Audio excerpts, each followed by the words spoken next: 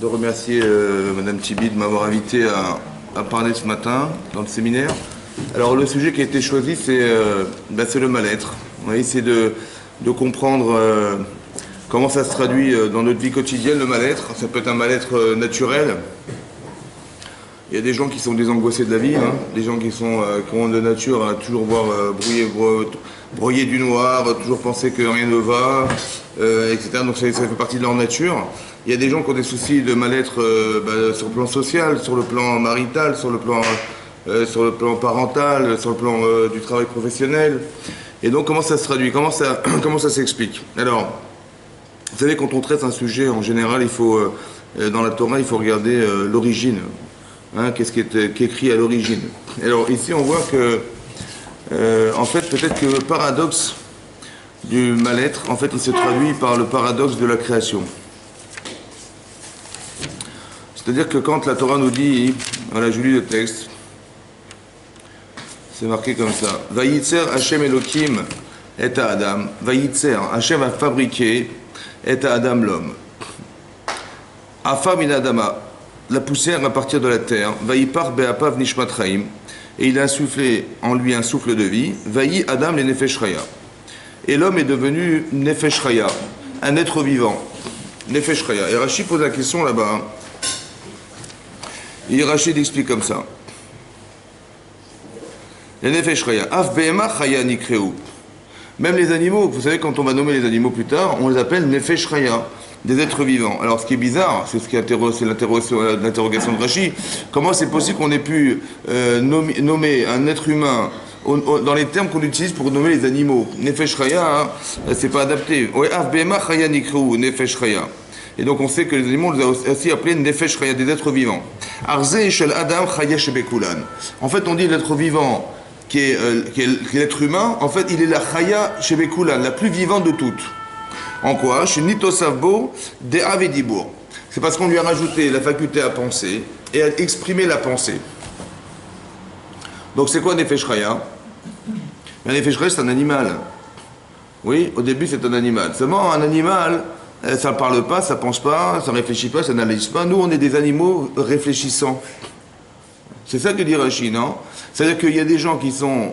On est vivant, on parle, on s'exprime, mais indépendamment du nefesh, ça veut dire indépendamment de la conscience du moi, il y a autre chose qu'on nous a rajouté, c'est la neshama. Ça veut dire Rachid expliquait, c'est clair que Rachid explique que de nature, on a tous une nature différente. Vous avez une nature féminine, une nature masculine, et donc il faut respecter la nature de chacun. Ouais.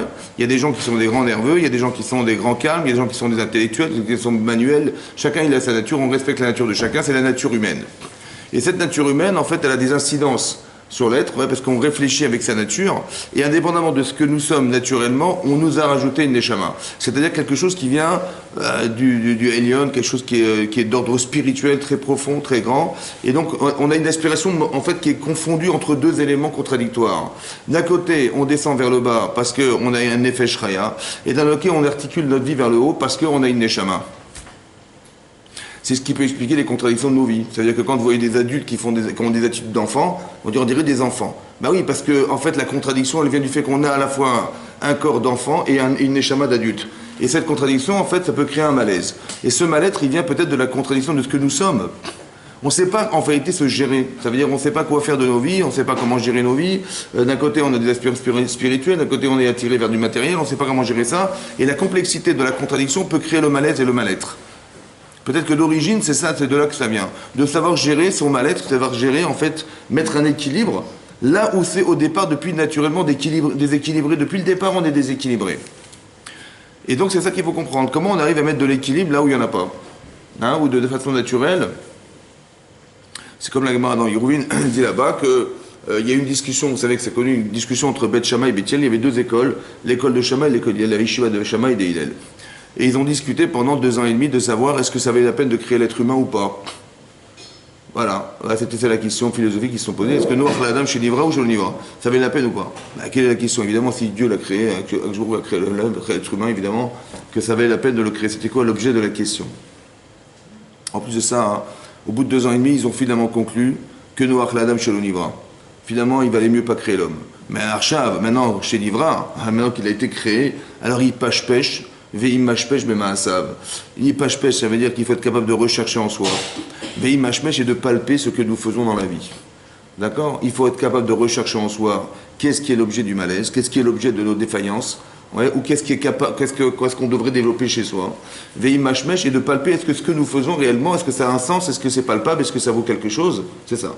Maintenant, c'est quoi l'objet de la discussion? C'est la suivante. En fait, le Maharsha explique là-bas, il dit que quand vous regardez les mitzvot, il y a 613 mitzvot. Bon, dans les 613 mitzvot, il y a 345 interdits et 248 mitzvot positives.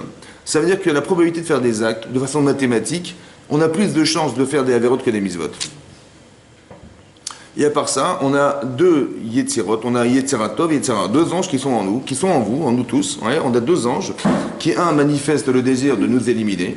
Ouais, c'est ce que dit l'Agmar dans Souka, que il est marqué que Hachem, il a appelé le Yetzirara Ra, il a appelé mauvais, parce que, sauf Racha la Tzadik, il aspire, ce Racha, les Hamito, de tuer le Tzadik. En fait, il veut nous détruire et nous couper d'Hachem. Donc, on a une volonté intérieure qui nous perturbe et qui veut nous détruire. Et on a quelque chose dans nous qui est un ange positif qui veut au contraire nous faire évoluer, nous faire voir vivre la vie autrement. Et donc cette contradiction, en fait, elle est déjà en nous, elle est déjà en nous tous. Quand on dit de tous tes cœurs, ça veut dire qu'il y a ces deux tendances qui sont permanentes. Donc de nature, on est divisé, et en plus on a une tendance spirituelle divisée. Et donc ils se sont posé la question, mais alors, finalement c'est défavorable. Parce que si de tendance, si effectivement la probabilité de faire des actes est négative, et qu'en plus de ça, la tendance naturelle elle est négative, parce que l'Yitzhara est plus fort que l'Yitzaratov, alors est-ce que ça valait le coup de créer l'homme? Alors on dit non, ça veut dire quoi non? Ça veut dire qu'il faut savoir que dans l'espace dans lequel vous vivez, et l'état d'être que vous êtes, n'est pas forcément porté à pouvoir se tourner vers quelque chose de positif. C'est-à-dire qu'on fait un état des lieux pour expliquer dans quel état on est naturellement. Et donc si on ne fait pas d'effort, c'est un peu comme la pesanteur, si vous prenez une pomme et vous la lâchez, elle va tomber au sol. Si vous ne faites rien, ça va tomber vers le bas. C'est naturel, c'est comme ça. C'est ça la discussion des Chazal. Et ils ont conclu que finalement le constat c'est de dire, voilà le constat dans lequel on est. On n'est pas dans du 50-50, on n'est pas dans un choix qui est partagé entre 50% de réussir et de rater, c'est l'inverse. Et que si on ne fait pas d'effort pour arriver à contrecarrer cette tendance, alors on va forcément aller vers le bas, c'est comme ça. Donc en fait l'anxiété, le fait de l'anxiété, le fait de, du mal-être, il est en fait expliqué par le fait que, mais c'est comme ça, c'est évidemment comme ça. C'est-à-dire que, évidemment, il y a quelque chose qui est de l'ordre, on ne doit pas s'angoisser de savoir que c'est comme ça, parce que naturellement on est porté vers cette tendance. Il faut le savoir, c'est naturel. Et l'anxiété doit amener Bémet à penser que ça ne peut pas durer comme ça, je veux rééquilibrer ma vie, on va se battre contre cette tendance naturelle qui nous pousse vers le bas, et de se dire que si je me bats, en fait je muscle quoi? Je muscle ce que j'ai construit dans ma vie qui est positif, et je muscle cette tendance, ou ce que la Torah demande à ce que soit, qu'on tende vers la joie, tende vers la compréhension, tende vers que tout ce que nous vivons c'est pour le bien, oui, que cette compréhension-là, elle doit être légitime dans nos têtes, et c'est dans cet effort-là qu'on va atteindre quelque chose qui s'appelle réussir sa vie, réussir à s'équilibrer. Dans un effort permanent qui est de se dire, voilà, je ne veux pas vivre cette tendance, je ne veux pas vivre cette atmosphère. Mais elle est organisée de façon à ce qu'on puisse réussir à vivre sa vie. Et donc on voit ici que, c'est ça que Hachem nous dit ici, qu'il a insufflé un souffle de vie en nous, qui est en fait le Nefesh Raya, mais il a injecté quelque chose qui est de l'ordre de spirituel. Ensuite, on voit qu'il y a un rapport de couple entre Adam et Chava. Oui. Et qu'est-ce qui se passe? La Torah nous dit ici, un peu plus tard dans la Torah, que Hachem il a interdit de consommer le Etz Hadat Tovara, et qu'ensuite, par contre, il avait permis tous les arbres de la terre entière. Et donc, Chava est séduite en fait par cet arbre. Parce que les termes utilisés dans la Torah, ce sont des termes émotionnels. Il y a marqué Tov. Elle a vu qu'il était Tov, qu'il était Ta'ava, qu'il était plaisant, et Nechmad, et agréable. Et donc elle accepte, et donc elle a mangé du Etzadat. Et c'est marqué dans la Torah que Vatikar mi pirio, donc elle a pris de cet arbre, de ce fruit, Vatochal, et elle l'a consommé, Vatiten gam lehisha, et elle l'a donné aussi à son mari. Rima avec elle, Vayochal, et il l'a mangé. Rashi explique pourquoi il est donné à manger. Oui. Rashi explique que Vatiten gam lehisha, Shelo tamut hi veichieu, ne pas qu'elle meure et que lui vive. Vaïssa Acheret et qu'il épouse une autre. Hein? Comment? Il y en aura une autre. Comme on a créé Chava, on va créer une autre femme. Pour elle, c'était impossible. Ça va? C'était pas possible. que Adam il puisse épouser une autre femme qu'elle. C'est pour ça. C'est un commentaire, ça, c'est quoi? C'est Rashi. Rashi, c'est un Midrash Rabbah. Midrash Rabbah. Il dit que quoi? Donc comment vous le comprenez ça? Comment ça s'entend? La possessivité. Comment? La possessivité, la jalousie. La jalousie, vous dites. Mais c'est une femme parfaite. Hein. Rabbah est une femme parfaite. Elle a eu peur, Hein? Elle a eu peur. Ouais, c'est un mal-être. Elle s'est dit, mais elle a fauté, donc elle assume ou elle assume pas? Ah, mais elle avait conscience d'une faute. Ah, c'est sûr, elle sait qu'elle a fauté. Elle sait maintenant. Après quoi, elle se rend compte qu'elle a fait une erreur. Mais en fait, elle a été victime de quoi? Ben, de sa nature de femme. Parce que la sensibilité, ça sert et ça dessert. Manifestement, là, ça l'a desservi, parce qu'elle a été sensibilisée par ce qu'elle a vu, elle a désiré, et en fait, elle fait... qu'est-ce qui se passe? En fait, elle va éliminer, entre guillemets, ce qui l'a fait vivre. C'est bizarre, non? Alors, en fait, il faut l'expliquer comme ça. La femme, elle est née de quoi? Est-ce qu'on a créé un couple au départ? Non. Pourquoi on n'a pas créé un couple au départ? En fait, soit on a créé un être double, et qu'on a détaché la femme de l'homme, soit qu'on a créé la femme à partir de l'homme. Mais est-ce qu'elle était déjà associée au départ? Oui. Alors peut-être que le fait de penser, et c'est de nature féminine, de penser que son mari doit mourir, c'est qu'il n'aura jamais d'autre femme que moi. C'est pas de la jalousie. C'est d'expliquer, de toute façon, il ne peut pas avoir une autre femme que moi, c'est impossible. On n'a qu'un seul être avec qui on est conjugué dans la vie, c'est impossible. Malheureusement, il doit mourir avec moi. Vous comprenez comment ça marche? C'est-à-dire qu'elle a traduit l'anxiété ou le mal-être. La solution qu'elle a trouvée, c'est de penser que de toute façon, il ne pourra pas vivre avec une autre femme que moi, ça ne sert à rien. Donc il doit mourir avec moi, donc je vais lui proposer, et elle va l'engager dans ce processus. Il va rentrer là-dedans. Donc cette logique-là, ouais, c'est l'associativité de la femme. Une femme est associative. Regardez quand vous rentrez du travail, comment ça se passe. Hein? Ben, vous vous étonnez que votre mari il rentre dans sa chambre et il se repose. Il est fatigué, lui, hein, c'est normal. Hein? Parce que quand une femme elle sort du travail, il dit mais où tu vas? Il dit ben, je rentre chez moi. Mais pourquoi tu rentres chez toi? Ben, j'ai mon mari, je dois m'occuper de la maison, j'ai mes enfants. Et quand un mari vous lui demandez mais pourquoi tu rentres chez toi? Il dit ben, je suis fatigué. Et c'est comme ça, je suis fatigué, je travaille. Mais pourquoi c'est comme ça? Parce que de nature, l'homme est créé de la terre, mais la femme n'est pas créée de la terre. Elle est associative. C'est pour ça que quand elle rentre chez elle, elle est associée à ce qu'il a fait vivre. Mais son mari, c'est l'inverse. Vous comprenez? Donc c'est de nature, c'est comme ça. Donc de nature, elle ne peut pas concevoir. Ça peut expliquer une chose, ça. Ça peut expliquer un comportement bizarre. Par exemple, Sarah, elle n'a pas d'enfant. C'est vrai? Ça fait 10 ans qu'elle vit en Eretz Israël, elle n'a pas d'enfant. Qu'est-ce qu'elle a décidé, Sarah? Hein? Comment? Agar. Agar, c'est qui Agar? C'est quoi sa servante, sa femme de ménage? C'est une princesse, Agar. C'est quoi Shifrat Agar? C'est quoi Shifrat Sarah? Shifrat Sarah, ça veut dire quoi? Ça veut dire quoi une servante? Qui? Formée. Donc ça veut dire que quand elle était en Mitzrayim, Sarah, et il y a eu des miracles incroyables, Avimelech, il a vu cette femme, il a vu cet homme, il a dit mais t'as rien à faire chez moi, je préfère que tu sois une Shifra. C'est quoi une Shifra? C'est pas une femme de ménage, hein. Une Shifra c'est une élève. L'élève de Sarah, plutôt que tu sois une élève dans mon royaume. Il dit t'as plus à apprendre de chez eux qu'à apprendre chez moi. Donc elle est partie avec eux. En fait, elle est devenue la meilleure élève de Sarah. Et qu'est-ce qu'a pensé Sarah? Qu'il valait mieux qu'Abraham il épouse cette femme pour qu'on ait des enfants. C'est ça qu'elle a pensé? C'est féminin ça? C'est féminin ça? Hein, ça existe ça? Une femme a dit ah, on n'a pas d'enfant, mais j'ai ma meilleure amie, tu vas l'épouser, on aura des enfants. Hein? Mais est-ce que c'est féminin? C'est pas féminin, ça va. Comment? Travail, voilà, c'est ça que j'ai voulu dire. En vérité, qu'est-ce qu'elle a pensé, à votre avis, Sarah? Peut-être que dans l'anxiété qu'elle avait de ne pas avoir d'enfant, elle a dit la solution, c'est créer une triangulaire que Chava a refusé de faire. Et peut-être c'est ça la solution. Et peut-être Ibané Mimena, je construirai par elle. Ça n'a pas fonctionné, pourquoi? Parce qu'elle s'est vantée. Elle a cassé le système, vous avez compris? En fait, on ne pouvait pas dissocier Adam de Chava. On ne pouvait pas dissocier, pardon. Elle avait raison, Chava, c'est pas dissociable. Donc ça veut dire qu'elle avait raison, Sarah, qu'on ne peut pas la dissocier de Abraham. Donc quand elle s'est vantée en disant que finalement la Sadéquette c'est moi, parce que si c'était Sarah, elle aurait eu des enfants avec Abraham, elle n'en a pas eu, donc c'était moi la Sadéquette. Elle a évacué en fait, elle a éliminé Sarah, ce qui n'était pas possible. C'est pour ça qu'elle a été ensuite chassée de ce foyer, parce qu'elle n'avait pas compris que la triangulaire devait servir à quelque chose, à solutionner le problème de Chava. Non? Et donc c'est ça qui s'est passé. Maintenant, C'est quoi la punition de la faute? Qu'est-ce qu'il a dit Hachem après à Chava? Qu'est-ce qu'il lui a dit? Hein? Il lui dit Elisha Amar Arba Arbe Etzboner. Multiplie, tu multiplieras ta souffrance. Ve'eroner et ta grossesse. Be'etzev tes libanim. Dans la souffrance, tu enfanteras des garçons. Ve'elisher tes choukater. Ve'ouim sholbach. En quoi ça répond à la question de la problématique de Chava?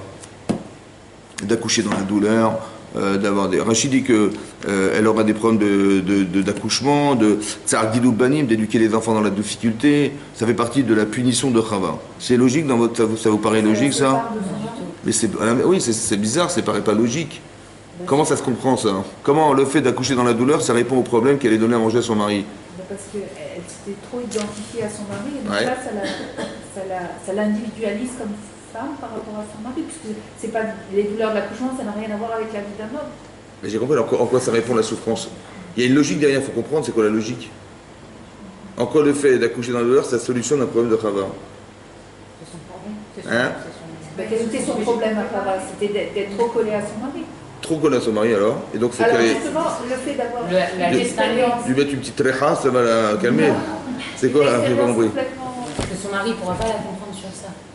J'ai pas compris en quoi la douleur de l'accouchement, ça solutionne son problème. Mais c'est un problème unique à la femme.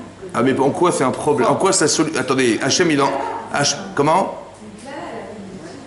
Et donc il faut payer, c'est comme ça, c'est ça. Il faut payer l'amende. Hein? Donc Hachem il frappe les gens. Quoi.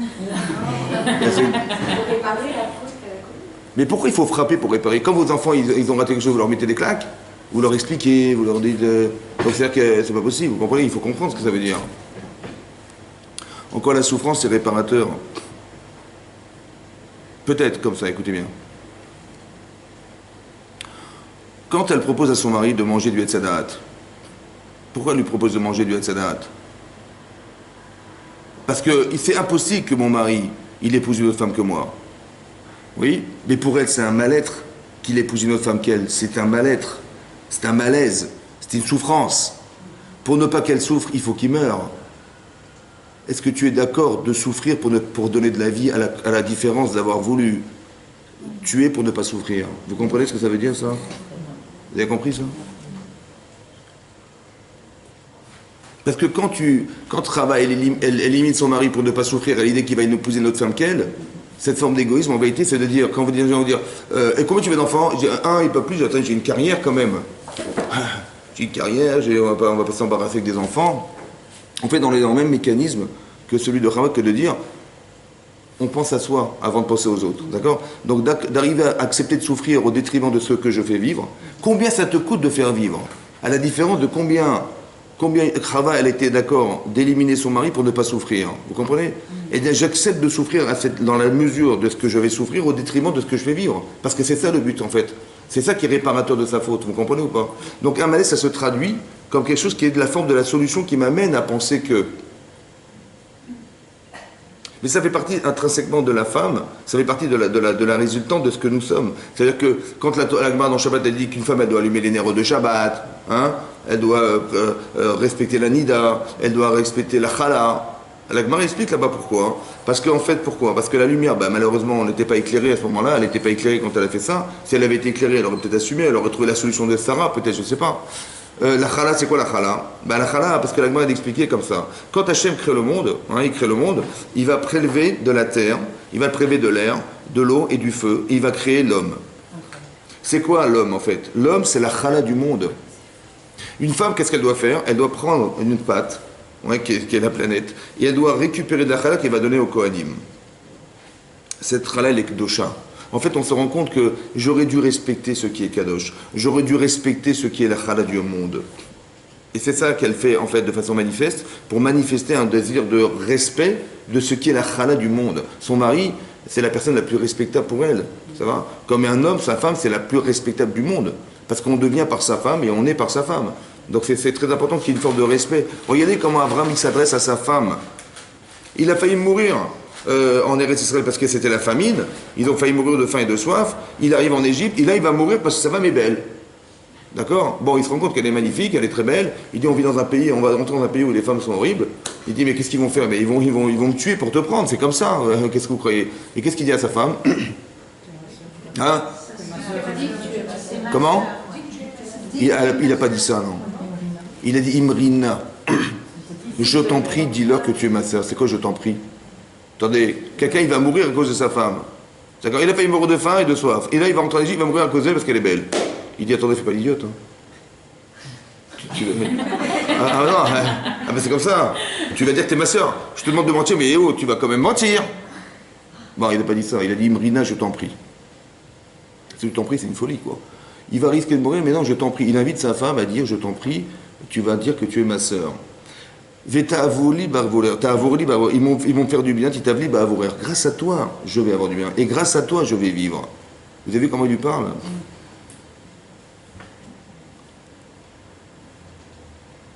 Il a respecté sa femme. Pourquoi c'est comme ça? Parce qu'il y a deux possibilités. Soit j'oblige, on va arriver au même résultat. Soit j'oblige, soit j'invite. Si j'oblige, elle va être obligée de faire la mitzvah de me sauver. Soit je l'invite, elle va décider de me sauver. Vous avez vu la différence ou pas? C'est ça la réparation, c'est ça le réparateur, vous avez compris? C'est-à-dire que quelque part, dans l'anxiété que je vis, qu'est-ce que je trouve comme solution? Oui.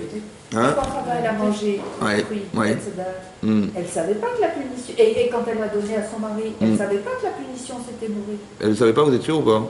Dites non, dites non, dites non. C'est bien. Bien sûr qu'elle savait qu'elle allait mourir, bien sûr. Il lui a dit pire, il lui a dit que si on touche, on va mourir. Soit c'est elle qui l'a, le marin de Prague, il dit que c'est elle qui l'a déduit. Elle a dit que même si je touche, je meurs. Et qu'est-ce qu'il a fait Satan? Il l'a poussée, elle n'est pas morte. Pourquoi? Parce qu'elle a dit, mais ça veut dire quoi pas manger? Ne pas toucher. Donc soit elle a inventé toute seule, soit son mari, comme ça la grande Sandrine elle dit, qu'il a dit ne mange pas et ne touche pas. Ne touche pas et ne mange pas. Et là-bas il y a marqué la Mossi Coréa. Et là elle savait qu'elle allait mourir, bien sûr. Mais mourir, ça veut dire qu'elle ne savait pas combien de temps ça allait durer, mais quelque part, en fait la logique, c'est quoi la logique? C'est que quand on fait quelque chose pour soi, ça s'enferme dans l'intérêt de soi. Et l'intérêt de soi a une limite. Vous comprenez? C'est ça la mort. C'est que ça a une limite. Donc il faut produire des choses qui n'ont pas de limite. Donc elle savait qu'elle... Pourquoi vous dites ça? Pourquoi c'était quoi la question? Parce que c'est ça qui t'impose, la vie ou la mort. Bah oui, c'est ça, ouais. Donc j'essaie de lui dire au début, ouais.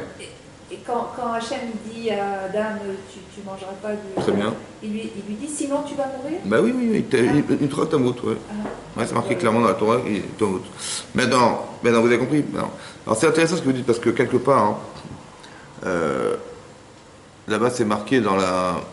Il y a plusieurs endroits, ouais, par exemple c'est marqué dans la Midrash Rabbah, que quand Moshe il a demandé quand Hachem a demandé à Moshe Rabbeinu d'aller voir Pharaon, d'aller voir Pharaon pour libérer les Israël. Et là-bas c'est marqué dans le Midrash, c'est marqué là-bas, Hachem il a dit Ata metame tatzmecha, tu te rends impur, en parlant de Pharaon. Anim aussi flecha tuma tumatra.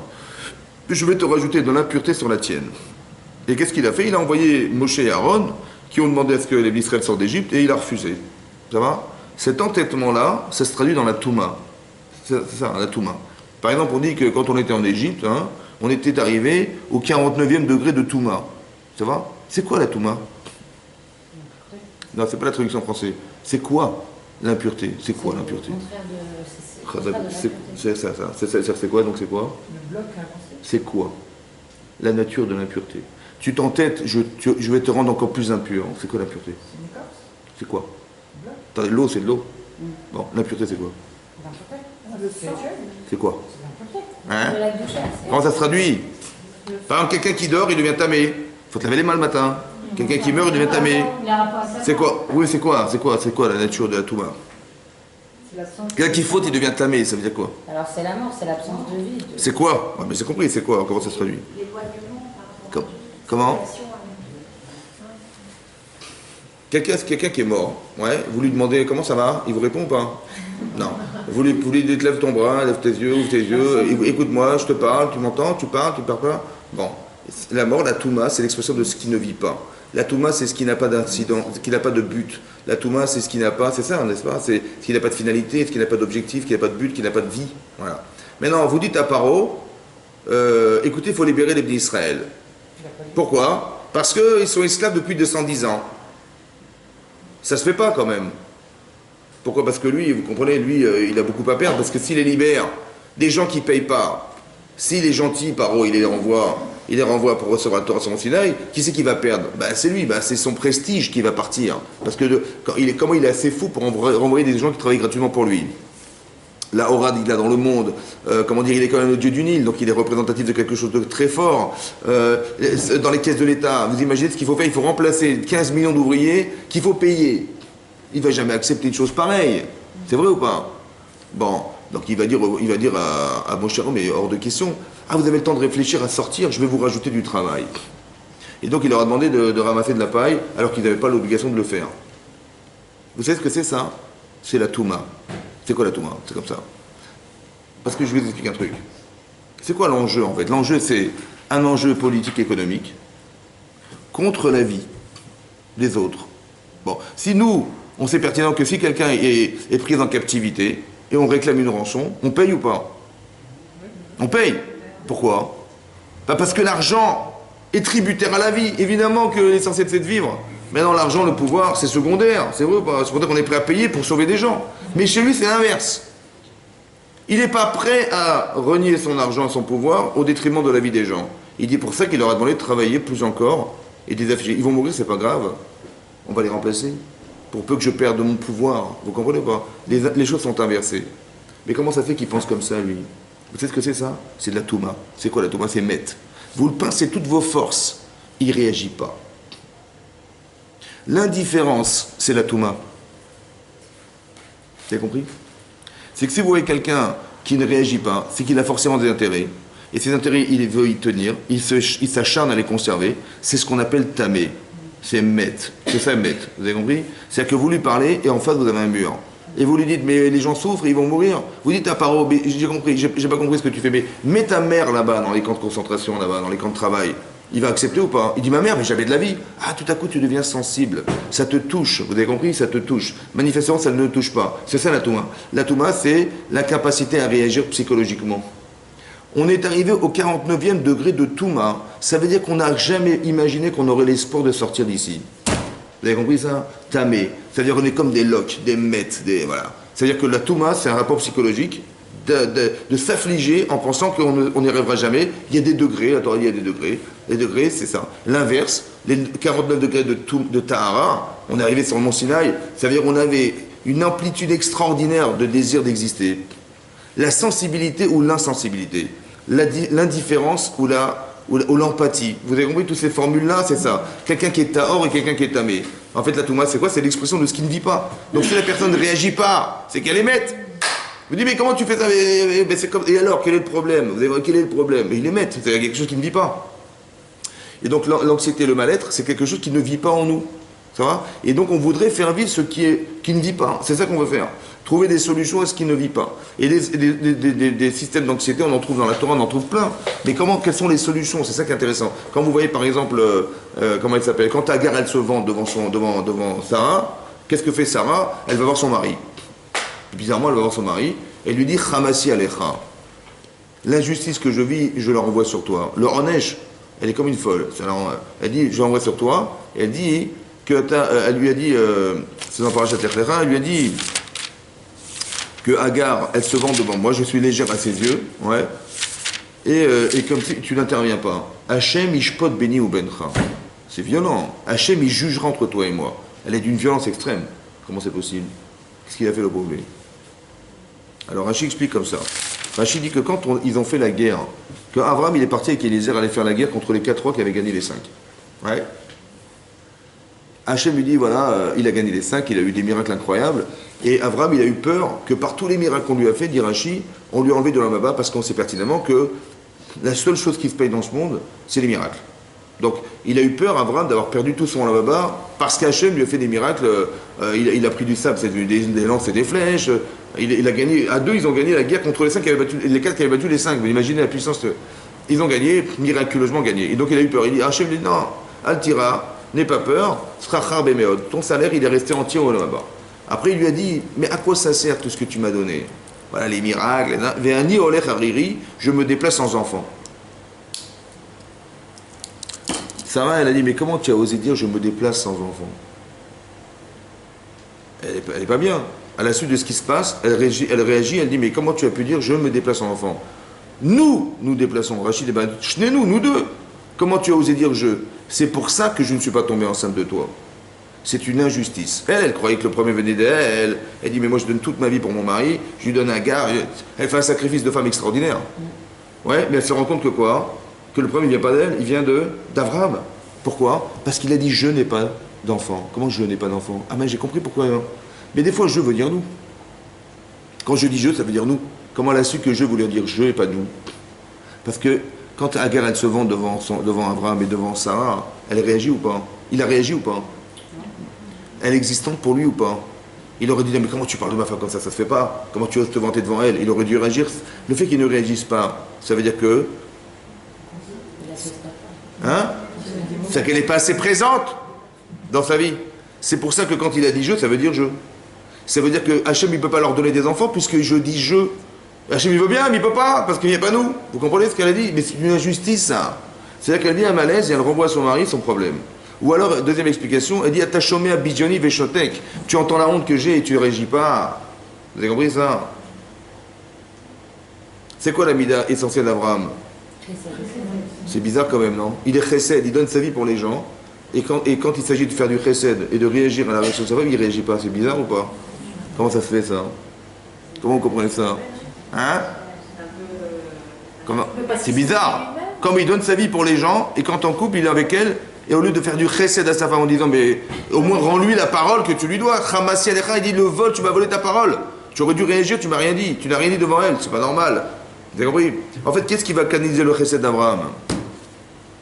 Ils n'ont pas le même mal-être. C'est incroyable. Ça veut dire que lui, il a une logique masculine qui ne fait pas réagir. Et elle ne comprend pas pourquoi il n'a pas réagi alors qu'elle est mal. Et peut-être parce que Ouais.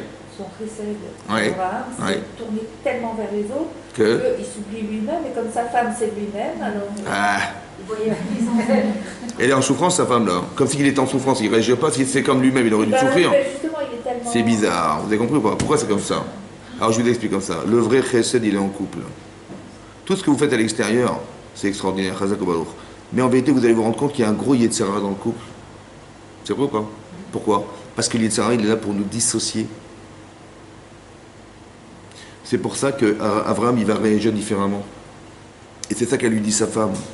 Mais si déjà, alors avec moi, a fortiori, vous comprenez ou pas? Et c'est ça qui va canaliser Abraham, en fait. Il va apprendre à devenir un vrai Baal Chesed dans sa vie de couple. Et c'est ça qui va lui permettre après, même malgré la souffrance, la douleur et la chaleur, il va être capable de sortir dans la rue et de recevoir des gens. Vous avez compris? Parce que l'essentiel du chesed, il se passe en couple. C'est ça le lien. Le chesed, c'est de ressentir le manque de l'autre et de combler le manque de l'autre.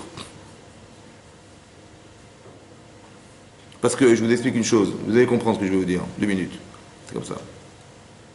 Le besoin de se marier, c'est un besoin. Ça va? Comme on a envie de manger, on a envie de boire, et on a envie de dormir, et on a envie de, un jour, à un moment donné de sa vie, on a envie d'être deux. On a envie de fonder un foyer, on a envie d'avoir un mari, on a envie d'avoir de sa femme. Hein? Pour les deux. C'est pas une mitzvah. Pas mis, mais est-ce qu'une femme est marquée table limite tando, une femme préfère être deux que d'être seule? C'est un sentiment féminin. D'accord? Oui, non, dites, c'est comme ça. Mais non, c'est naturel ou pas? Ben bien sûr, le Hachem. Bon. Mais on a envie de se marier. Comme on a envie de manger. Bon, mais quand vous avez mangé, vous n'avez plus faim. Vous n'avez plus envie de manger. Quand vous avez soif, vous n'avez plus bu, vous n'avez plus soif. Donc quand vous êtes marié maintenant, vous êtes marié, vous n'avez plus faim? Quand j'ai mangé, il me reste dans mon assiette quelque chose. Qu'est-ce que je fais avec? Je jette à la poubelle. Quand vous êtes marié, votre mari, qu'est-ce que vous faites avec? Ben vous n'avez plus faim. Vous êtes marié, ça y est, j'ai plus faim. Maintenant je suis casé. Yesh lanou khatan casé. Donc c'est décasé. Maintenant vous n'avez plus faim. Mais vous avez envie d'avoir des enfants. Ben vous avez des enfants. Ah, qu'est-ce qu'on fait maintenant? Vous n'avez plus faim de vous marier et vous n'avez plus faim d'avoir des enfants, vous avez des enfants. Vous avez décidé d'arrêter, vous n'avez plus d'enfants. Qu'est-ce que vous faites? Vous n'avez plus faim. Vous avez compris? Vous n'avez plus faim d'avoir des enfants et vous n'avez plus faim de vous marier. C'est un problème, ça? Ah, qu'est-ce qu'on fait alors? Qu'est-ce qu'on fait à deux? Puisque de toute façon, mon mari est commissaire, maintenant j'ai des enfants, je suis marié. Hein? Parce que c'est juré, après on aura, par exemple, la faim, après on reviendra. Comment? La faim ou la soif, ça revient. C'est comment vous faites? Ben vous êtes marié. J'ai rêvé de trouver le prince charmant, je l'ai trouvé, voilà, c'est mon mari. Mais comment c'est ça? Donc il y a un autre travail à faire, lequel? Il y a un autre travail à faire. Là, il y a un malaise. Lequel, le mal-être? C'est dire, mais maintenant, qu'est-ce que je vais faire de lui maintenant? Ben oui, parce que ça y est, j'ai cherché, j'ai trouvé, votre Hachem. J'avais très envie de chercher, il y avait un inconnu point d'interrogation, je ne sais pas qui c'est, et j'ai trouvé votre Hachem, on est passé au la roupa, on s'est marié. Bon, Maintenant, ouais, on va fonder un foyer. Ok, on va fonder un foyer. On a des enfants. Maintenant, vous êtes rassasié de l'avoir épousé et vous êtes rassasié d'avoir eu des enfants. Non, vous êtes... Quelqu'un? Mais j'ai plus envie, maintenant j'ai fini de manger. Toute la vie, ça Hein? Non, mais avec un mariage, on est bien rassasié. Non, mais arrêtez. Très bien. Vous avez raison, hein, c'est vrai. Alors qu'est-ce qu'on fait pour ne pas être, pour toujours être rassasié, toujours avoir faim? Mais vous êtes marié, c'est fini maintenant, vous êtes marié, c'est marié. Vous avez mangé, vous avez mangé. Hein? J'ai compris, c'est quoi, alors c'est quoi la Suisse? Là, la suite. Hein? D'accord, ça veut dire à part ça, ça va? Mais je veux comprendre, c'est quoi la Péoula? Une action qui se renouvelle. Non mais ça c'est en français, j'ai compris, mais qu'est-ce que vous mettez dedans? Ça veut dire qu'on doit, chaque jour, on doit faire en sorte que ce mari tienne. Non mais vous répétez, j'ai compris ce que vous dites, mais vous dites des mots, mais je veux comprendre ce qu'il y a dedans, moi, dans les mots. Il faut faire une Péoula, il faut faire la cuisine, il faut laver la vaisselle, il faut... C'est ça qu'il faut faire, hein, il faut laver le parterre, c'est ça la Péoula. Hein? La priorité, ça doit devenir ta priorité. Attendez, je vous explique. Il y a marqué dans la Torah, comme ça. Il y a marqué que bizarrement c'est marqué que quand une personne, Adam il s'est marié, il y a marqué, Hachem il a dit Azov, Avi Veimo, Vedavak Bishto. Ça va? C'est ça qui est marqué. Ça veut dire quoi d'abandonner ses parents? On abandonne ses parents quand on se marie. Hein? Psychologiquement. C'est dur à dire quand même. Azov, Avi Veimo, Vedavak Bishto. Azav, c'est-à-dire mes parents c'est terminé, j'ai que mon mari et ma femme, c'est fait. Mes parents. Consacré entièrement à l'autre. Mais c'est quoi Azov, Avi Veimo? Pourquoi on parle de ses parents? Va dire, dis-moi, compte sur ça quand ton mari, ta vie de couple. Ok. Comment? D'accord. Donc il n'a pas le besoin associatif. Oui, alors? Donc il a besoin de se détacher de ses Mais pourquoi se détacher de ses parents? Mais non, Chazécham, il garde ses parents d'un côté et il s'occupe de sa femme. Pourquoi il faut se séparer de ses parents? C'est quoi cette histoire de séparer de ses parents? Hein? Pour construire sa propre. C'est quoi copier-coller? Ça serait quoi copier-coller? C'est pas la volonté d'Hachem. Hein? C'est pas la volonté d'Hachem. Bien sûr, oui. Vous avez compris ou pas? Non, mais pour pouvoir s'associer totalement. Vous avez compris la volonté d'Hachem? D'abandonner ses parents? Il y a marqué abandonne ton père et ta mère et attache-toi à ta femme. Moi je veux juste comprendre ce qui est marqué. Ça veut dire quoi abandonner son père et sa mère? Quand je les mets dans un truc de retraite et je m'occupe plus d'eux. La priorité, c'est ta femme. Hachem, il a demandé pour l'homme et la femme d'abord. A priori les deux, a priori. Mais non, mais ça veut dire quoi Azov? L'Azov, c'est quoi? Alors peut-être l'idée c'est comme ça, peut-être, hein, ça reste entre nous. Hein. L'Azov, peut-être comme ça. Azov, c'est comme ça. Il y a deux systèmes. Il y a un système parental et un système marital. Le système parental, c'est comme ça. Quand on est un enfant, toujours pas marié dans sa maison, maman, dis-moi, c'est pas prêt ou... Et mon lit, tu l'as pas fait? Papa, tu passes ta voiture? Le système parental, c'est un système où on a des parents et on attend que de nos parents de comprendre nos besoins. C'est vrai ou pas? J'ai faim, bah voilà, on t'a servi. J'ai soif, on t'a servi. Je veux sortir, passe-moi ta voiture. J'ai faim. Il faut que tu comprennes mes besoins. Maman, mais tu vois pas que c'est pas prêt, c'est pas normal. Je suis là, tu m'as vu pas? Il faut que tu comprennes mes besoins. Ça, c'est le côté. La Torah dit, tu sais quoi, ce système-là, Azov. C'est terminé maintenant. C'est l'inverse maintenant. Il faut que tu comprennes les manques de l'autre. Parce que tant que tu attends que ta femme, elle te comble, mais elle t'a comblé déjà. Parce que tu t'es marié. Ton mari, c'est pareil, il t'a comblé, tu t'es marié, tu t'es comblé. C'est inverse maintenant. Azov, ce système. N'attends pas des gens, des autres, quelque chose. Toi, essaie de comprendre qu'est-ce qu'elle a besoin de ta femme. Qu'est-ce que tu peux lui apporter? Qu'est-ce que tu peux combler chez elle? Elle a besoin, elle a des anxiétés, elle a des malaises. Essaie de comprendre qu'est-ce que tu peux combler chez elle. Et l'inverse, une femme, elle doit comprendre. La logique, c'est de dire, mais qu'est-ce qu'il peut faire? Qu'est-ce que je peux faire pour mon mari? À l'inverse de ce que j'ai été moi, ça veut dire d'avoir subi toujours le désir qu'on comble les miens. Azov, ce système abandonne. Il faut que tu absorbes un autre système, lequel, c'est dans la problématique, c'est ça la Avodat Hashem, d'être dans la problématique de qu'est-ce que je peux faire pour lui, qu'est-ce que je peux faire pour qu'il s'améliore, qu'est-ce que je peux faire pour l'encourager à être, qu'est-ce que je peux faire pour lui donner envie d'exister. Voilà. Dans la Torah, les mitzvot et tout, c'est ça le but. En tant que femme, qu'est-ce que je peux lui apporter? Si quelqu'un ne comprend pas ça, c'est grave. Ça veut dire que si un homme il se marie avec une femme, il ne comprend pas l'apport du féminin. Une femme, elle est sensible, elle a des émotions. Vous avez vu, même ici, quand il y a marqué dans la Torah qu'elle a vu Sarah, que Ishmaël tournait mal. Bon, et quand elle a dit à son mari, Garesh et Amazot, sépare-toi de cette servante et de son fils, c'était Rabbi Enav. Pourquoi c'était Rabbi Enav? Parce qu'il n'avait pas vu qu'il était mal sorti. Et Rachid là-bas, il dit qu'on voit que la névoie d'Abraham, elle était tféla par rapport à sa femme. Ça veut dire que la prophétie de sa femme était plus importante que celle de son mari. Vatéré, elle n'a rien vu du tout. Elle a su. Vous avez compris ou pas? Elle a su. Mais d'où ça vient, ça, à votre avis? Elle a l'intuition féminine. Elle a le sixième sens. Ça veut dire qu'une femme, elle a une bina yetera. La Gemara dit que c'est une bina yetera. Vous avez une intuition féminine. C'est un apport important, ça? Par exemple, on étudie la Torah. Bon, on peut la prendre comme ça, sans aucune sensibilité, sans aucune émotion, zéro. Ou alors, on peut mettre des émotions dedans. On peut mettre des émotions dedans. Mais qui c'est qui m'apporte l'émotion? Mais c'est le côté féminin qui m'apporte ça. L'inverse maintenant. Qu'est-ce que m'apporte mon mari? C'est marqué dans la Torah, hein. Bizarrement, c'est marqué comme ça. Il faut comprendre.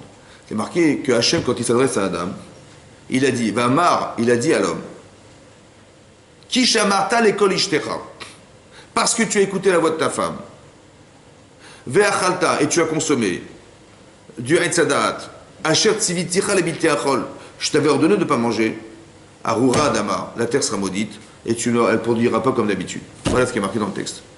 J'ai juste pas compris. Il a dit, parce que tu as écouté la voix de ta femme? Non. Parce que tu as mangé un fruit de la connaissance bien que je t'avais interdit de consommer, c'est pour ça que la terre est maudite. C'est parce que tu l'as écouté ou parce que tu l'as mangé? Parce que tu l'as mangé. Qu'est-ce que ça a à voir avec sa femme?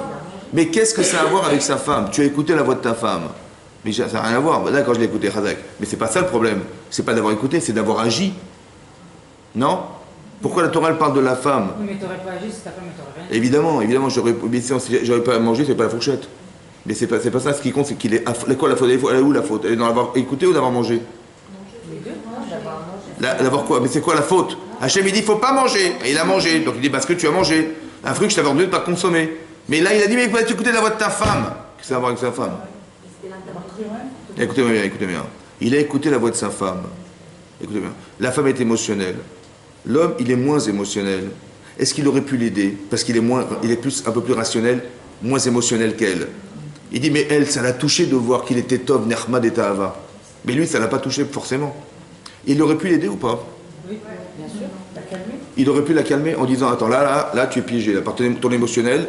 Lui, il peut sentir ça, il aurait pu aider sa femme en lui disant, mais là, tu vas trop loin. Ton émotionnel te trahit. Il aurait pu. Mais qu'est-ce qui s'est passé? C'est l'inverse qui s'est passé. C'est que son émotionnel à elle, il a dominé sur le sien. Parce que tu as écouté la voix de ta femme, tu t'es laissé influencer, tu n'as pas été un homme dans la situation de la tienne. Donc l'apport masculin, c'est de rassurer son épouse. Donc, vous avez compris ce que je veux dire? C'est ça le côté masculin. Donc ça veut dire que quelque part, c'est ça que je voulais vous expliquer, que c'est ça. Qu'est-ce qui va enlever l'anxiété? Ben, c'est mon mari qui va m'aider. Une femme est émotionnelle, une femme elle voit une araignée, elle saute en l'air. Elle crie, ouais! Qu'est-ce qui se passait?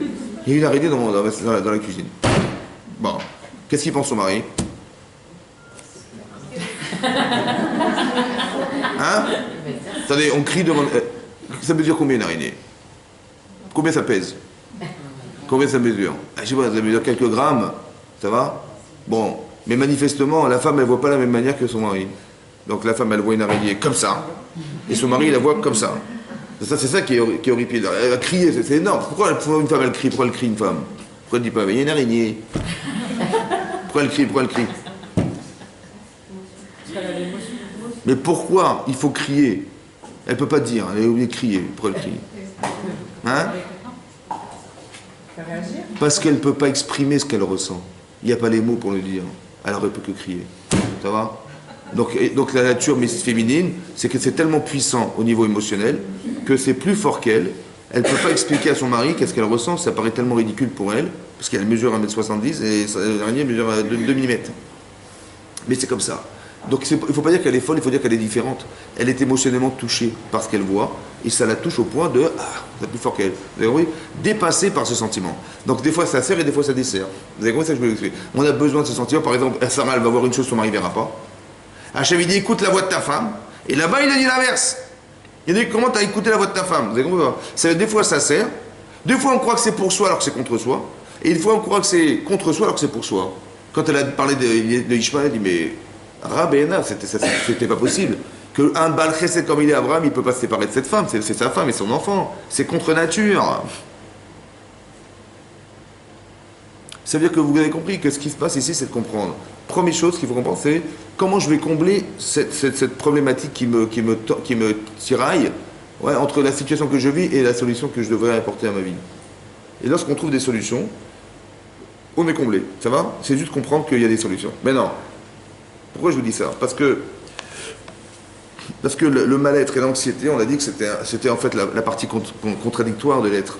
On est comme ça, on est trahi par soi-même, quelque part. Et ce que voulait Hachem, c'est ça. C'est d'arriver, c'est comme c'est marqué, vous savez, toutes les clalotes de Parashat Kitavo, elles ont été marquées, il y en a 98, et à la fin c'est marqué Tachat Asher, Lo avata et Hashem Elokecha Besimcha. Tout ça parce que tu n'as pas servi Hachem Besimcha. Ouais, mais Rov Kol. Alors qu'Hachem il t'a tout donné, et il t'avait donné tous les moyens et tu n'as pas été Sameach. C'est quoi la Simcha? C'est quoi la Simcha? La joie, c'est quoi la joie? C'est quoi l'expression de la joie? Comment ça se traduit? C'est quoi l'anxiété et c'est quoi la joie? Non mais c'est quoi? Comment ça se construit la joie? Comment on arrive à devenir joyeuse? Satisfaction personnelle. Satisfaction personnelle. La résolution. Hein? La résolution de quoi? Entre quoi et quoi? Entre une problématique. Entre soi et soi-même. Et c'est quoi soi et soi-même? C'est quoi? Ce que je veux être. Par exemple, écoutez-moi bien, par exemple, vos enfants, ils arrivent tout le temps à 16h30 à la maison. Ça fait 6 mois qu'ils arrivent à 16h30 à la maison. Il est 16h30. Bon, dans quelques secondes, ils vont taper à la porte. Comme tous les jours, hein, c'est comme ça. Bon, ils tapent à la porte. Bon. Il est 16h45. Ils ont eu du retard. Bon, comment vous vous sentez? Inquiète, peur. Okay, bon. Il dit, bon, ils ont eu du retard, ils ont raté le bus, je sais pas moi, ils ont raté. 16h30, alors on va passer à 17h. Hein? Vos petits chouchous, là, ils sont pas arrivés. 17h. 17h15. Qu'est-ce que vous imaginez? Hein? Comment? Qu'est-ce que vous imaginez? Ben oui, il y a eu quelque chose. Il y a eu quelque chose de pas trop grave, ça va? Il est 17h30. 1 heure de retard. Comment vous êtes? Vous dites, mais ça va, c'est pas grave. Vous vous dites, mais ils ont été kidnappés, hein? C'est marrant parce que les gens ou personnes auxquelles on tient, on pense toujours au pire. C'est comme ça. Alors, vous avez compris ce que je veux dire? Voilà. C'est-à-dire qu'il faut trouver des solutions. Alors ici, la solution, c'est qu'ils vont un petit téléphone. Je sais pas, au moins les contacts. J'appréhende ce problème. Alors je leur donne un petit téléphone. Mais ça veut dire mais c'est quoi le tiraillement entre la peur et la joie? La joie, c'est l'inverse. C'est quoi la joie? Ça, c'est l'inverse. Pourquoi j'ai peur en vérité? Mané Chamal me dit quoi, Mané Chamal? Mais ça va, arrête de te faire des films. Hein? Et mon corps, il dit, mais attends, mais j'y tiens, mes enfants. Vous avez compris qu'on est tiraillé entre le sentiment d'essayer de se rassurer, alors qu'on est tiraillé par le fait qu'ils ne sont pas là. C'est comme ça. Mais c'est un problème entre mon corps et mon esprit. Ça ne fait pas partie de la Neshama, ça veut dire que je De quoi? tiens mes enfants. Comment? Ça ne fait pas partie de la Neshama de se dire que je tiens mes enfants. Ben, la peine, en fait, elle est émotionnellement corporelle. Parce que vous avez une présence qui n'est pas là. Il y a une vision qui n'est pas présente. Ça va? Et ça vous touche, ça vous dérange. Il y a aussi le corps, il y a une mémoire du corps. Voilà. Et donc, c'est ça qui fait qu'on est tiraillé. Comme si que votre esprit vous dit, mais rassure-toi. Et donc, on dit, mais oui, mais je veux bien, mais ils ne sont pas là. Vous avez compris? Donc, il y a une différence entre l'esprit et le corps qui se divisent. Et c'est ça qui crée de l'inquiétude. Si l'inquiétude, c'est la division du corps et de l'esprit, donc c'est quoi la simcha? C'est de rapprocher les deux. Oui? De rapprocher les deux. Ça veut dire qu'il faut avoir une simcha qui est aussi corporelle. Par exemple, on va faire Shabbat. C'est bon? C'est quoi d'être Shomer Shabbat? D'être Shomer Shabbat, c'est de respecter la création, la finalité de la création du monde. Et qu'est-ce qu'on fait pour ça? Ben, on se maquille, on s'arrange, on fait des beaux plats, on fait des bons repas, on fait 3 repas Shabbat. Et on dit le Shabbat c'est Me'en Olam Haba. Le Shabbat est à l'image du monde futur. Parce que c'est vrai qu'au Olam Haba, on mange bien et on dort bien, c'est vrai, c'est comme ça. Je n'ai pas compris. Mais non, Olam Haba, on aurait dû étudier la Torah, on aurait dû jeûner, on aurait dû, je sais pas moi. Hein? On fait l'inverse, c'est bizarre, non? Comment c'est possible qu'on mange des choses qu'on n'aurait jamais mangées en semaine, on les mange que les Shabbats. En quoi ça a un rapport avec le monde futur, ça? En quoi ça a un rapport avec l'Olam Haba? Comment? On a besoin matériels pour pouvoir ensuite être disponible et s'élever spirituellement. Mais vous n'avez pas besoin. À Kippour, on se voit bien qu'on ne fait pas ça. Pour connecter le corps. Hein? Par exemple, vous arrivez le vendredi, vous êtes fatigué de la semaine. Attendez, vous arrivez le vendredi, vous êtes fatigué de la semaine. C'est vrai, hein? Et qu'est-ce que vous dites? Baruch Hashem, c'est bientôt Shabbat. Baruch Hashem, c'est bientôt la fin de la création du monde. C'est ça que vous pensez, hein? Heureusement que c'est la fin de la création du monde, on va rentrer le Shabbat. Hein, c'est ça que vous pensez, hein? Vous vous dites, heureusement qu'il y a le canapé qui est là, que je vais pouvoir m'asseoir. C'est marrant, hein, parce que le désir, il est corporel. Comment c'est possible? Alors qu'on fait quelque chose de spirituel. On élève le matériel, On dit, heureusement que c'est Shabbat, hein. On va pouvoir un peu s'arrêter quand même, la routine de la semaine. Mais Shabbat, c'est pas ça, Shabbat. Shabbat, c'était... Quand vous faites un repas Shabbat, c'est pourquoi faire? Pourquoi il faut manger? Quand vous faites un anniversaire, il faut manger. Une Brit Mila, il faut manger. Un Bar Mitzvah, il faut manger. Un mari, il faut manger. Pourquoi il faut manger?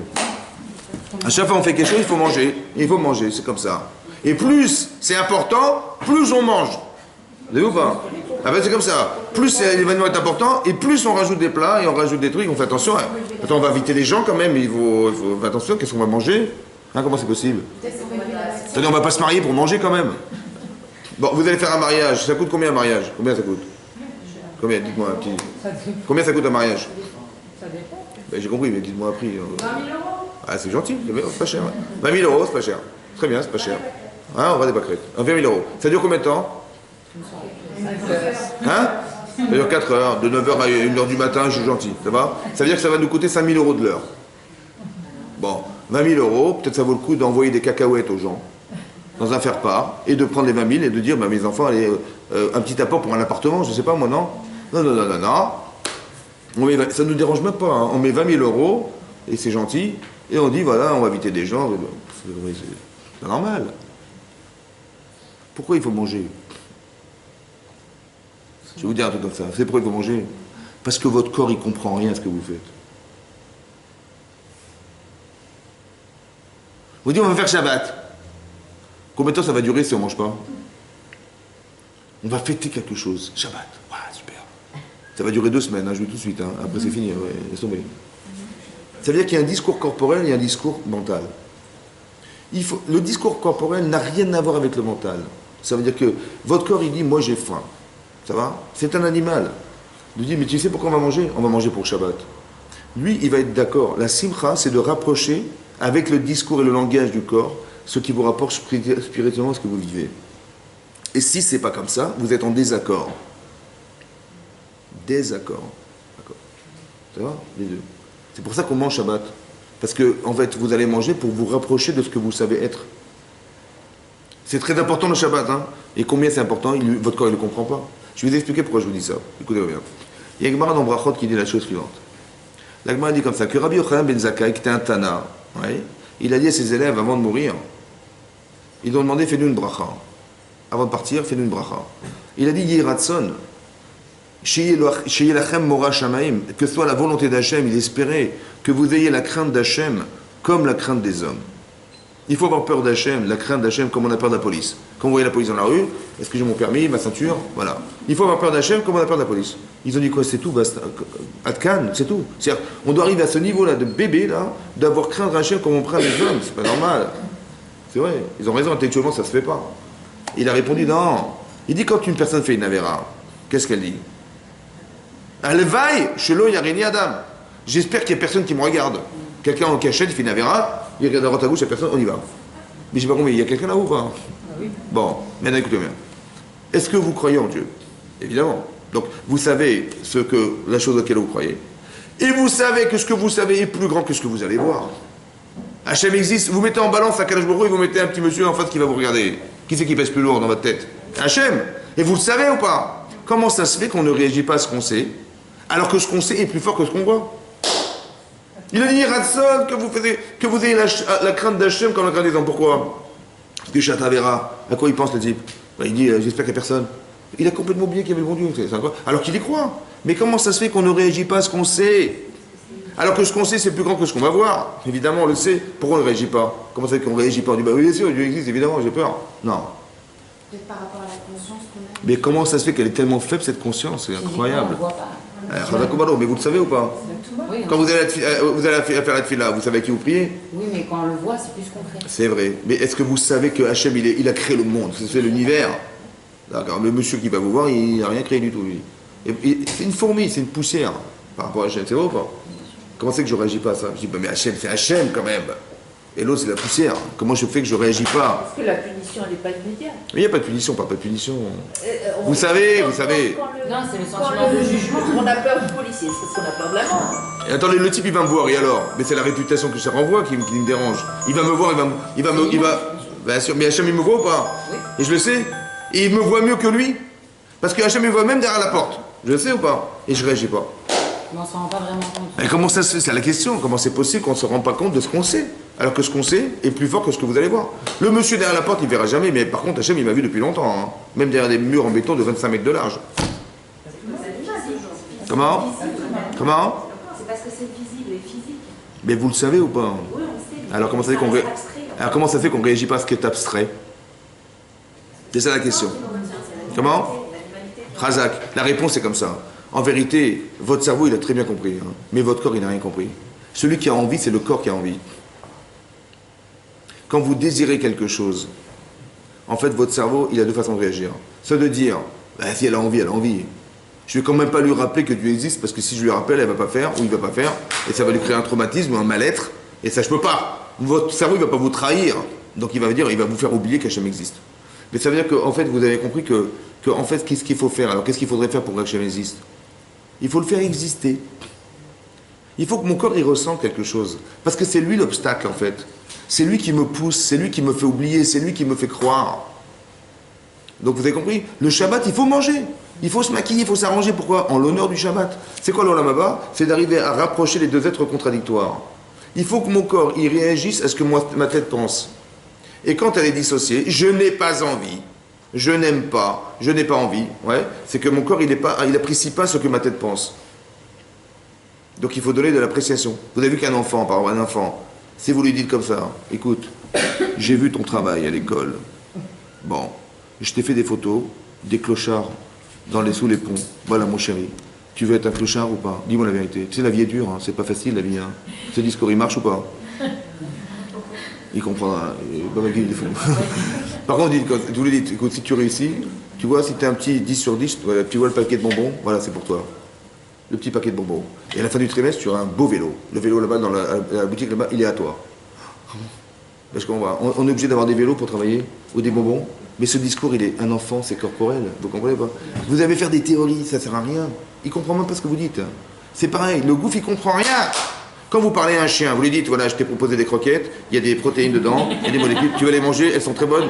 Il va rien comprendre. Il dit, ça sent bon, c'est tout. Le corps, il réagit à ce que ça sent bon, c'est beau, c'est des critères très simples, en fait.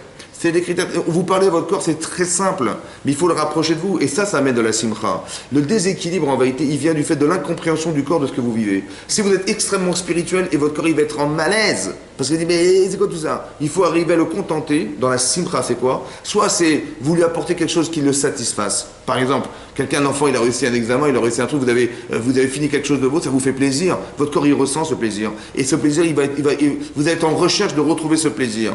Par exemple, un enfant, vous l'avez fait faire, et vous l'avez aidé, il a eu 20 sur 20, vous avez fait un beau gâteau, vous dites, il va courir après ce 20 sur 20 toute sa vie.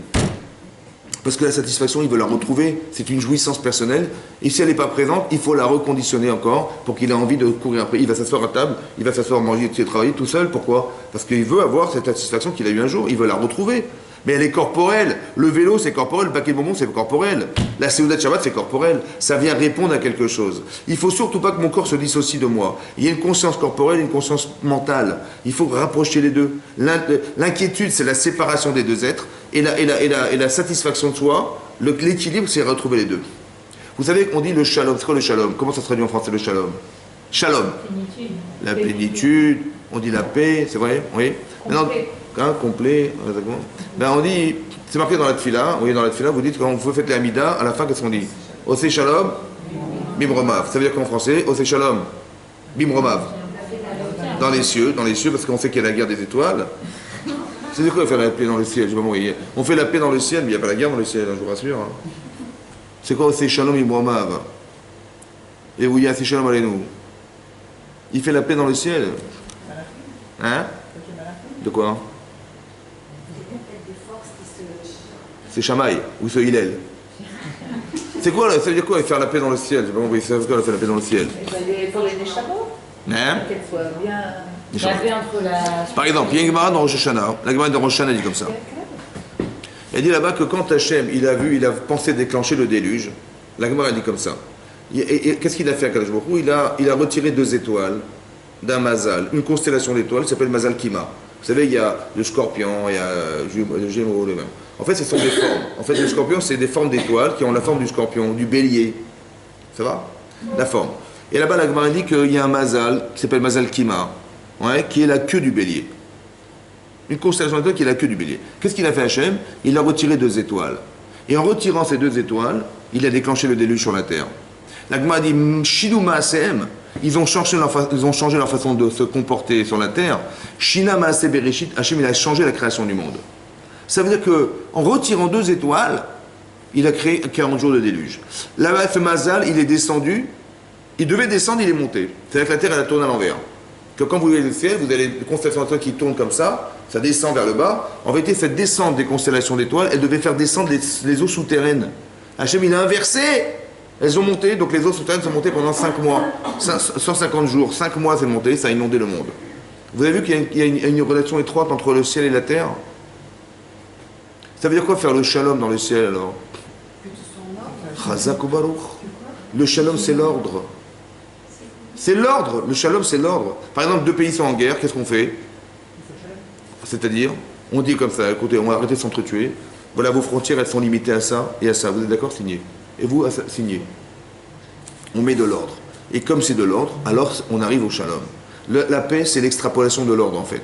Il fallait mettre de l'ordre pour qu'il y ait de la paix. Est-ce que vous êtes en ordre? Vous avez compris? Faire le shalom à l'intérieur de soi, c'est est-ce que c'est je suis ordonné ou je suis déséquilibré? Le shalom, mettre du shalom dans soi, c'est de retrouver l'équilibre. Et de retrouver l'équilibre, il faut que j'écoute ce que mon corps a besoin en collaboration avec ce que j'espère devenir. Quand c'est assourd, je ne peux pas. Donc il faut que j'arrive à le contenter dans ce qui est moutard. Et quand j'arrive à satisfaire mon corps dans ce que je veux désirer faire, ça peut être de l'ordre spirituel, votre corps le conçoit, ou c'est aussi physique, et votre corps le conçoit aussi. D'accord? Donc quand vous faites le Shabbat, c'est physique. Vous allez rapprocher l'idée de respecter le Shabbat de quelle manière? En disant, on va bien manger ce jour-là. En vérité, c'est pas pour ça que vous le faites. C'est pour expliquer à votre corps que c'est très important ça. Et votre Neshama, elle doit aussi comprendre. Donc on doit élaborer sa façon de penser, mais ne jamais croire que votre corps il va comprendre ce que vous pensez. Jamais il comprendra. C'est ça qui est marqué, que vous êtes capable de savoir, mais vous ne réagissez pas parce que vous savez. Pourquoi? Parce que votre corps ne ressent pas ce que vous savez. C'est pour ça qu'on doit arriver à la Havat Hashem, à la Hirat Hashem. La Hava, c'est quoi la Hava? L'amour. Comment je vais aimer Hashem? Je l'ai jamais vu. Et vous arrivez à la Hirat Hashem. Mais ce sont des sentiments que votre corps doit ressentir. Et quand je ressens ça, ce malaise, il est nécessaire parce que c'est ce qui va m'empêcher de faire une avéra. Ou ce bonheur, il va m'expliquer pourquoi je dois être capable de, malgré la douleur et la chaleur, de recevoir des gens à la maison. C'est plus fort que moi. Ce désir, il est plus fort et ce désir, il est accompagné par mon corps. Mon corps, il est très envie de recevoir des gens. Vous avez compris? Donc il y a une satisfaction personnelle. Donc c'est ça l'équilibre, en fait. C'est ça ce que j'ai dit, c'est ça le shalom. Mettre de l'ordre dans ce qui est en désordre. Depuis le départ, c'est en désordre. Il faut remettre de l'ordre depuis le départ. C'est comme ça. Et le mettre de l'ordre, c'est d'arriver à satisfaire son corps et sa neshama. Rappelez-vous toujours de ça, écoutez-moi bien. Hachem, il a dit à Abraham, lech lecha. C'est quoi lecha? Est-ce que vous dites à votre mari, bon, pars pour toi au travail, hein? Pars pour toi faire des courses, pars pour toi prendre ta voiture, ça n'a pas de sens. On ne dit pas pars pour toi. C'est quoi pour toi? Rachid dit comme ça. Le'ana atra ou le tov atra. Le'ana atra, ça veut dire le'ana, c'est le plaisir. Et le tov, c'est le bien. Le bon et le bien. Il faut toujours que ça soit accompagné des deux. Pourquoi? Parce que si tu pars quelque part, spirituellement pour quelque chose, mais c'est pas bon pour toi, tu vas te lasser. Si tu pars parce que c'est tellement bon de vivre à Eilat, dans les palmiers, le sable fin, la plage, combien ça va durer de temps, tu crois? À un moment donné, tu dis, bon, mais tout ça pourquoi? Pour rien, il n'y a pas de spirituel, ça passe pas. C'est-à-dire, c'est soit bon et pas bien, soit c'est bien et pas bon. Il faut toujours les deux. Lecha, toi, c'est quoi? C'est toi, c'est la deux composantes, t'es deux, t'as encore une neshama. Si tu pars l'un sans l'autre, ça ne marchera pas. Vous comprenez pas? Il faut savoir que là où j'irai, il faut que ça soit plaisant. Autant que c'est bon, c'est bien. Vous comprenez? Autant que c'est bien, c'est bon. Les deux, c'est ça, toi. Toi, c'est les deux êtres. C'est ça qu'il a dit Hachem. Il faut que tu saches que c'est les deux. Et quand tu décides quelque chose dans ta vie, il faut que ça soit toujours en complaisance avec ce qui est bon et ce qui est bien. Mais il faut savoir aussi que c'est pas tout ce qui est bon qui est bien. Des fois, c'est pas plaisant de se casser la tête dans un rachis, mais c'est bien parce que tu vas comprendre quelque chose. Et des fois, c'est bon, le chocolat c'est bon, mais il faut faire attention. c'est pas bien. Ça va? Vous avez vu? Bon, c'est ça. Donc des fois c'est bon, c'est bien, des fois l'inverse. Donc il faut juste savoir exactement où est-ce que l'équilibre se trouve, où est-ce que le shalom se fait. C'est ça le shalom, vous avez compris? Où est-ce que le bon équilibre? Et on étudie la Torah que dans ce but, de savoir ce qui est bon et ce qui est bien. C'est ça. Et d'arriver à dissocier les deux, c'est pas bon, et d'arriver à associer les deux, c'est bien.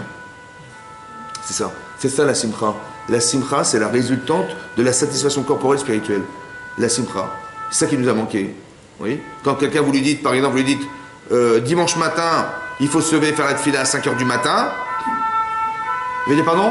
Dimanche? Ah non. Bon, vous dites d'accord, c'est un peu tôt, c'est vrai. Mais bon, je te donne 3000 euros. Tu viens ou pas? Il dit bien sûr, je viens, bien sûr. Évidemment. Mais ça veut dire quoi? Ça veut dire quoi? Ça veut dire que, est-ce que la tefila, elle vaut 3000 euros? C'est marrant, hein? Quand on est à la tefila, il a dit non. Et quand il a dit 3000 euros, il a dit oui. Mais sans hésiter. Comment c'est possible? Parce que vous avez compris, la tefila, c'est spirituel. Ton corps, il comprend rien. Mais par contre, 3000 euros, il sait quoi faire avec, hein? Il va acheter un bijou à sa femme. Pardon, il va... Vous avez compris, il sait quoi faire avec. Et c'est ça qu'il faut comprendre. Il y a l'aspect corporel et spirituel. Les deux sont confondus. La simcha, c'est d'arriver à rejoindre les deux. Chazak au balo.